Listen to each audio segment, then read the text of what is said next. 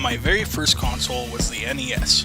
Of course, I had friends who had a ColecoVision and friends who had an Atari 2600 that I played when at their house on rainy days. And yes, my dad did bring home a Commodore VIC-20 for the whole family, but my very first console given to me specifically was the NES. This was back in 1990 when the NES was in its heyday. Sure, it had competition from the Sega Master System, but to be honest, the only reason I knew about the Master System back then was because I had a friend who had one. That's right, one friend. Everyone else I knew had an NES, or as we all simply called it, a Nintendo.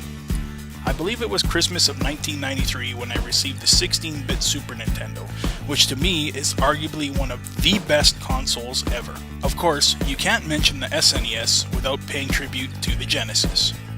No, not the band, the console. There we go. Again, in the 16-bit era around here, most of my friends had the SNES. One friend had both, and another had just the Genesis. Every now and then I would trade my Super Nintendo with my Genesis owning friend, just so that the both of us could get a taste as to what the other was missing out on. In my humble opinion, I really wasn't missing out on much. I didn't care about blast processing, nor did I believe the whole Genesis does what Nintendo don't hype. But that's a different story for a different day. The next console I got was the N64. I looked past the PS1 because, like a lot of people, my thoughts were, Sony? They make TVs, not video game consoles. And of course, the Saturn was out, but again, Sega, right? I really like the N64, and there are a few games on that system that I still think stand out today, such as the often mentioned GoldenEye, as well as Rare's follow-up to that hit, the less mentioned but vastly superior Perfect Dark. There are a lot more I can mention, but again, different story, different day. When I found out that Squaresoft, now known as Square Enix, had moved away from Nintendo and were making Final Fantasy VII for the PS1, that was when I gave that system a bit more of my attention. I was a huge fan of the Final Fantasy series, and if they were about to become exclusive to the PlayStation, well then I had to act on that, so I picked up a PlayStation. This was another fantastic console, and I was a bit angry at myself for being a Nintendo fanboy and disregarding the PlayStation altogether. In 1999, the Dreamcast was released, and I had read a lot of hype about the machine, but I just scoffed at it. I really didn't like the Genesis, I didn't like the Sega CD or the 32X, both of which I only got to try once each at the house of a friend of a friend. I didn't care for the Saturn because at the time of the Saturn I was still a firm believer in Nintendo and their cartridge theory, and so I ignored the hype about the Dreamcast. Sure, they had some catchy "It's thinking" commercials, but who cares? The next system I picked up was the PlayStation 2. It was a no-brainer considering I could use it to watch DVDs and enjoy PS2 titles and still play my meager back catalog of PS1 games. I had no interest in picking up the Nintendo GameCube until I read about Metroid Prime. The day that game was released was the day I picked up the GameCube, and let me tell you, that game did not disappoint.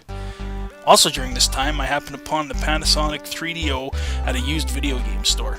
The guy clearly wanted to be rid of it, so I picked up the console and 12 games for it for a measly $100. The console worked, it was different, I played it a bit, but unfortunately it wound up in storage, and some years later the box it was in was tossed into the trash, by mistake, allegedly, and not by me. I'm still pissed off about that one. I'd love to have that console back again right now for my collection. Anyway, when the Xbox came out, I avoided it like the plague. Again, I only knew a couple people who had one, and I had no interest in it at all.